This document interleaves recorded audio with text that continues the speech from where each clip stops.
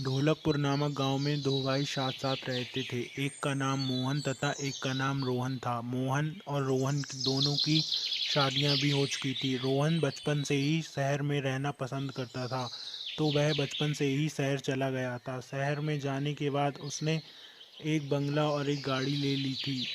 उसका एक बहुत सुंदर सा ऑफिस भी था जहां वह काम करने जाया करता था। उसके पास एक होटल भी था। मोहन की पत्नी हमेशा मोहन के भाई रोहन से जलती रहती थी। वह मोहन से हमेशा कहती थी कि तुम भी शहर चले जाओ और वहां जाकर कोई काम करो।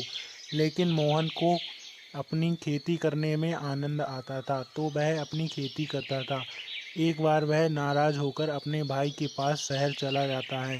तो थोड़ी देर बाद वह उसके घर पर पहुंचने के बाद रोहन और मोहन दोनों नाश्ता करते हैं। फिर रोहन मोहन को बताता है कि वह बहुत ज़्यादा परेशानी में है, तो रोहन उसकी कोई मदद कर दे।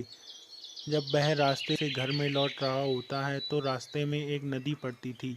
वह वहाँ पर बैठकर रोने लगता है और उस नदी में से एक परी बाहर आती है। तो वह परी कि तुम मुझे बहुत ज़्यादा परेशानी में दिख रहे हो, तो मैं तुम्हें एक उपहार देना चाहती हूँ।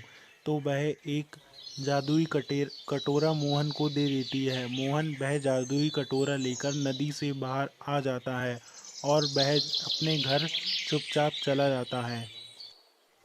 रास्ते में जब वह घर जा रहा होता है तो सोचता है कि मैं यह सारी बात घर पर जाकर अपनी पत्नी को बताऊंगा, और वह घर पर जाकर सारी बात अपनी पत्नी को बता देता है।